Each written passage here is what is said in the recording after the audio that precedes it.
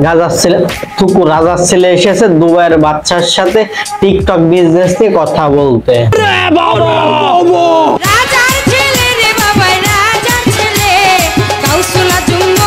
ভাবা যায় TikTok star বাংলাদেশের গর্ব মিস আপু ভাই, তার জন্য দুবাইয়ের শেখরা অপেক্ষা করে। এতে আমি ধন্য। আসলে আগের দিন আপু ভাই যে গাড়িটা নিয়ে আসছিল সেটার মালিক চলে আসছিল, এই জন্য সে মিটিং না করে চলে গেছিল।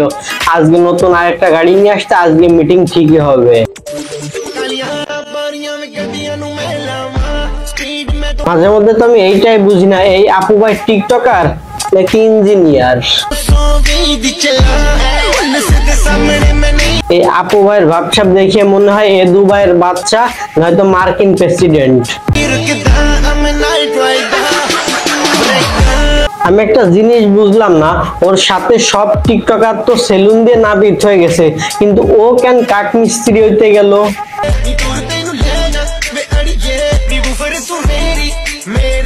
আপনারা কি একটা জিনিস খেয়াল করছেন, এখানে সব কর্মচারী কিন্তু বাংলাদেশি। এটা যদি দুবাইতে হয় তাহলে সব কর্মচারী কিভাবে বাংলাদেশি হয়? বিষয়টা চিন্তার না?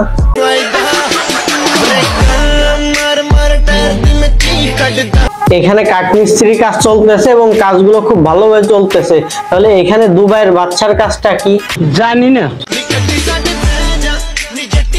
বাংলাদেশের সব টিকটকার তো কারোর কিছু ছিটতে না পেরে এখন কাটাকাটি শুরু করে দিছে, আর এ কিছু ছিটতে না পারে এখন ঘষাঘষি শুরু করে দিছে। বুঝলে বুঝপাতা, না বুঝলে।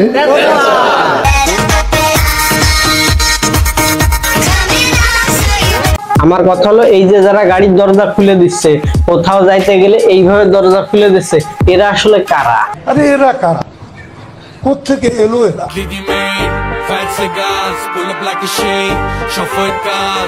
কথা হইলো ভাই তুই গ্যারেজে কাজ করিস, ভালো কথা, আর কোনো কাজই ছোট না। এখন আমার কথা হইলো, তুই এই যে প্রতিদিন নতুন নতুন একটা গাড়ি নিয়ে আসিস, এর জন্য কি তুই কেলানি খাস না?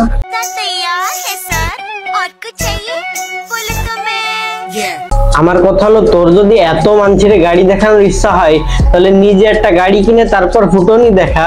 মানছির গাড়ি দেখা এত ফুটনি দেখাস কেন? কইতেছিলাম আপু ভাই, এখন কি আর এই আইফেল টাওয়ার দেখানো চলে না? এই জন্য কি রাজমিস্ত্রি হইতে আসা?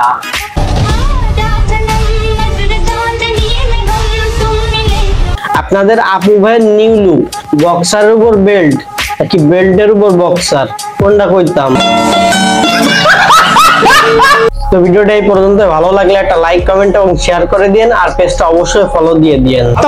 Bye bye, tata, good bye, Gaya.